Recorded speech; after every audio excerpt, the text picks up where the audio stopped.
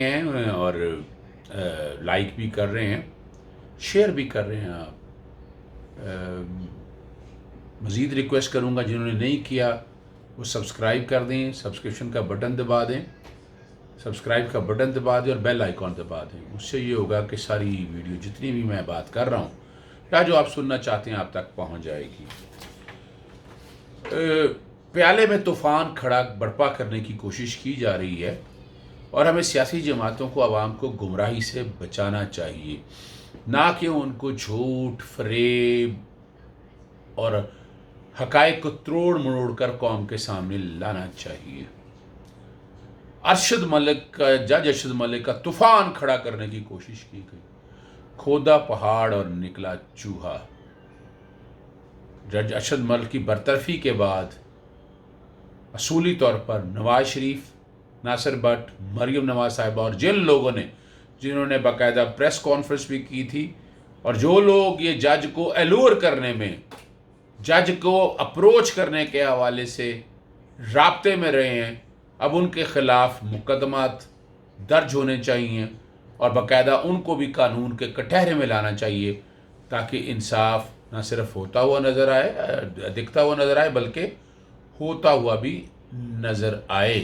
یہ ضروری ہے ایک چیز کو سمجھنے کے لیے، لیکن کمال کی بات ہے کہ ہم شاید اپنے طریقے سے کچھ چیزوں کو دیکھنا چاہتے ہیں، اپنی نظر کی اینک، صحیح نظر کی اینک لگانی چاہیے۔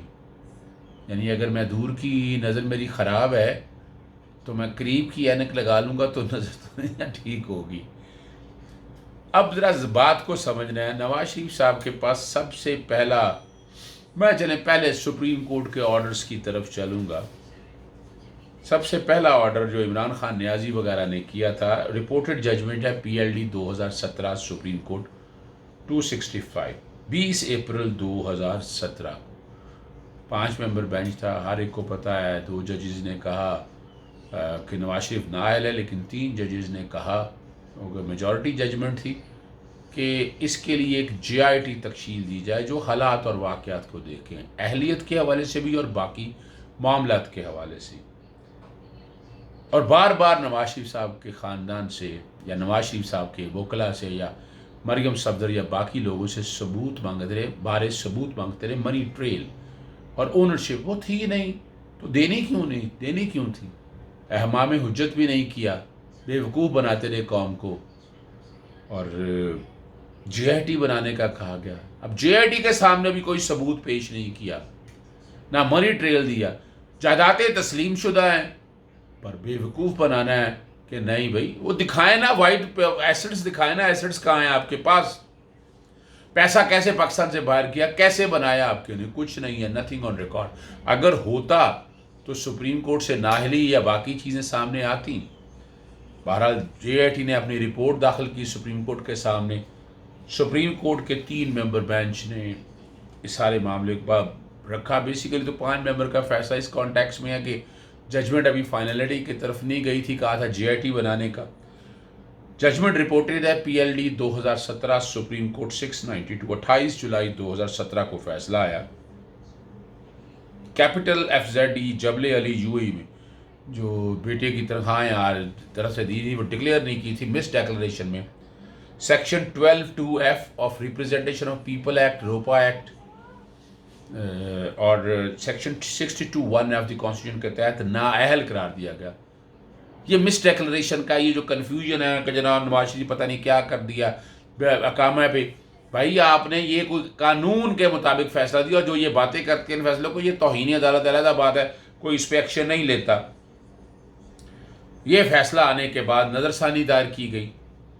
PLD 2018 سپریم کورٹ 15 ستمبر 2017 کو 16 آف شور کمپنیاں آرڈر میں لکھی ہیں جو نظر آئی، یہ خارج ہوئی، اور اس میں باقاعدہ جسٹس آصف سعید کو صاحب نے سیپریٹ نوٹ بھی دیا، اور یہ ریکارڈ کی بات ہے۔ یہاں تو ڈسکوالیفیکیشن کی حد تک معاملہ فائنل ہو گیا، فائنلٹی کی طرف چلا گیا۔ پھر بتاتے چلیں سپریم کورٹ کے کہنے پر 3 ریفرنسز بنانا کیا گیا۔ ریفرنس 19/2017 العزیزیہ کا ہے، 131 صفحات پر مشتمل ہے۔ میاں نواز شریف، حسن نواز ریفرنس نمبر 20/2017 کا پہلا ریفرنس، ایون فیلڈ کا، اپارٹمنٹ نمبر 16 ہے، 17 اور 17 ہے۔ میاں نواز شریف، مریم نواز، کیپٹن صفدر، حسن نواز اور حسین حسن اور حسین آپ کو پتا بگوڑے ہیں، ایبسکنڈر، اشتہاری جس کو کہتے ہیں نا جی، 173 صفحات پر مشتمل ہے۔ 10 سال نواز شریف صاحب کو سزا ہوئی، 8 ملین پاؤنڈ جرمانہ ہوا۔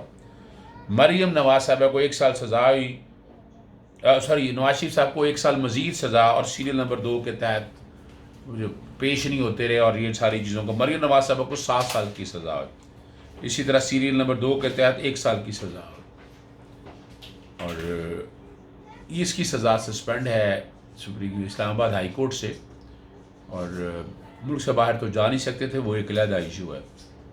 دوسرا ہے ریفرنس نمبر 19/2017 جو العزیزیہ اسٹیل کمپنی لمیٹڈ اور ہل میٹل اسٹیبلشمنٹ، میاں نواز شریف، حسن نواز اور حسین نواز کے کانٹیکس میں ہے، تینوں ملزمان کے ہے، اور اس میں 7 سال سزا، 1.5 بلین جرمانہ، $25 بلین جرمانہ ہے، اور 10A کے تحت جائیداد ضبط، اس میں بھی جائیداد ضبط ہے، دونوں میں سیکشن 15 کے تحت 10 سال کے لیے نااہل، 131 صفحات پر مشتمل۔ اسی میں ارشد ملک صاحب نے جو فلیگ شپ کے ریفرنس میں بری کر دیا۔ یہ وہ کیسز ہیں جن کے بارے میں کہتے ہیں اب ایڈمٹڈ اونرشپ ہے، ٹریل ہے نہیں ہے، تو جو مرضی کرے، ایویڈنس میں تو کوئی ٹیمپر نہیں ہے اور ایسی کوئی چیز نہیں ہے، ذرا ججمنٹیں پڑھ لینی چاہیے۔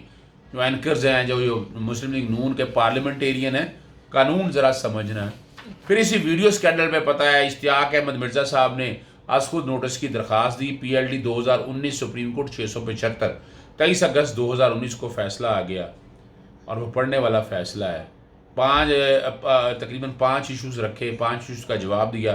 پیرا نمبر 11 میں 11 ریکوائرمنٹس دیں یہ ویڈیو کی اور اس کی شہادت کے حوالے سے۔ باتیں بڑی کہہ رہے ہیں کہ جناب یہ اب برطرف ہو گئے تو فیصلہ ختم ہو گیا۔ کون سا فیصلہ ختم ہو گیا؟ ذرا فیصلہ جا تو پڑھ لیں، اچھے وکلا سے رابطہ کر لیں تاکہ آپ لوگوں کو سمجھ آ سکے، اور یہ سمجھنا بہت ضروری ہے، پر ہم سمجھنا نہیں چاہتے۔ خدا را ان چیزوں کو سامنے رکھ کر دیکھیں۔ یہ تو اب نواز شریف خاندان کے خلاف اور مسائل پیدا ہو گئے۔ لوگ کہہ رہے ہیں اس سے سزا ختم ہوگی، جو ان کے اپنے لوگ ہیں، سزا کیسے ختم ہوگی؟ شہادت پہ تو کوئی نہیں ہے۔ اور میں نے ایک بات بڑی سیدھی سی، کل زیادہ سے زیادہ کیا ہوگا؟ زیادہ سے زیادہ اگر فرض کرے فیصلہ سیٹ کر دی اسلام آباد ہائی کورٹ، تو ری رائٹنگ آف ججمنٹ ہونی ہے، شہادتیں تو ساری ریکارڈ ہو چکی ہیں۔ میں نہیں سمجھتا، مجھے اس میں مجھے کوئی ایسی چیز نظر ہی نہیں آتی۔ باعث کون سا؟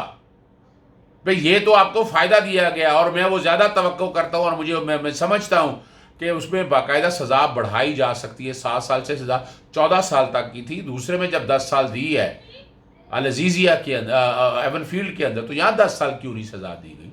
کہ 10 سال تک سزا متوقع ہو سکتی ہے۔ یعنی خارج ہونے والے ریفرنس کی وہ سوال ہی پیدا نہیں ہوتا ہے۔ قانون کا ادنا سا طالب علم ہوں، لیکن چیزیں سمجھتا ہوں۔ خدا را قوم سے اصل حقائق سامنے رکھیں اور سچ بتائیں۔ اجازت دیجیے گا، بہت شکریہ، السلام علیکم۔